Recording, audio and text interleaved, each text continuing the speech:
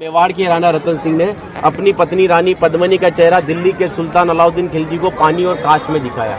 लेकिन हिंदुस्तान का साइंस कहता है कांच का आविष्कार 1535 में हुआ और रानी ने जौहर 1303 में किया।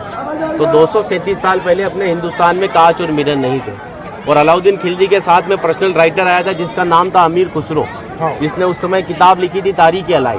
उसने लिखा था कि मेवाड़ की महिलाओं ने अपने सतीत्व धर्म के खातिर जौहर किया और राजपूत कभी भी कॉम्प्रोमाइज करना नहीं चाहते थे। चित्तौड़ के ऊपर युद्ध होने का सबसे बड़ा रीजन था व्यापार, क्योंकि हिंदुस्तान में कभी भी कोई भी मुस्लिम कम्युनिटी पहले नहीं था। ये सभी जो आते थे अफगानिस्तान तुर्किस्तान से आते थे और आते कहाँ थे तो समुद्र के पास में आते थे, क्योंकि प्लेन तो थे नहीं ना।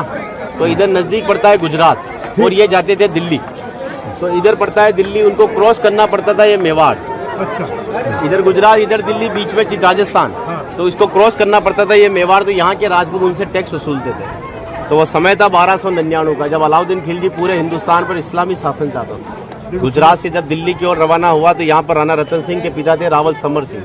उन्होंने दिल्ली जाने से पहले उससे टैक्स लिया और टैक्स लेने के बाद में जब अलाउद्दीन दिल्ली पहुंचा तो मेवाड़ से नाराज कि मुझे दिल्ली में शासन करने के बाद में हर बार मुझे मेवाड़ को टैक्स देना पड़ेगा, इससे अच्छा है मैं मेवाड़ को जीत लूं। तो दिल्ली से वो 1.5 लाख सेना को लेकर मेवाड़ की तरफ बढ़ा, लेकिन चित्तौड़ से दिल्ली का डिस्टेंस 600 किलोमीटर है। तो उसने पहला स्टॉपेज 1301 में रणथंभौर के किले पर डाला सवाई माधोपुर। वहाँ का राजा था हमीर देव चौहान, जिसको मित्र बनाया और उसी मित्र को रात को खाना खाते समय पीठ के पीछे छुरा घोंप कर मार दिया। उनकी पत्नी थी रंग देवी। हिंदू धर्म के अंदर रात में चिताएं नहीं जलती है, तो वहाँ की महिलाओं ने पानी में कूदकर जल जौहर कर लिया, बच्चियों ने सभी ने। लेकिन सुबह ये हुआ कि डेड बॉडियां तैर कर ऊपर आई तो आक्रांताओं ने डेड बॉडियों को निकालकर महिलाओं की बॉडी में बच्चों के साथ करके उनके बॉडी पार्ट्स को काटकर नग्न अवस्था में रणथंभौर के किले के बाहर लटका दिए, ताकि ये संदेश चित्तौड़ पहुंच जाए और चित्तौड़ की रानी पद्मिनी किले को छोड़कर दूर चली जाए।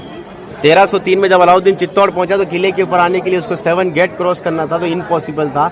तो उसने 1.5 लाख सेना को किले के चारों तरफ फैलाया।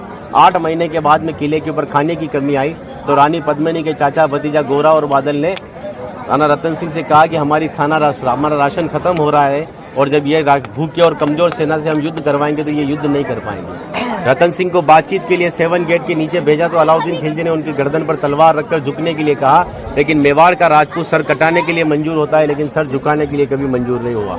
राणा रतन सिंह को धोखे से बंदी बनाया और रानी पद्मिनी को संदेश भेजा कि आप हमारे अधीनता स्वीकार करो, हम दिल्ली चलेंगे। रानी पद्मिनी कहती है जो नरसंहार तुमने 2 साल पहले रणथंभौर के किले में किया तो यहाँ की महिलाओं के साथ में भी वही होगा।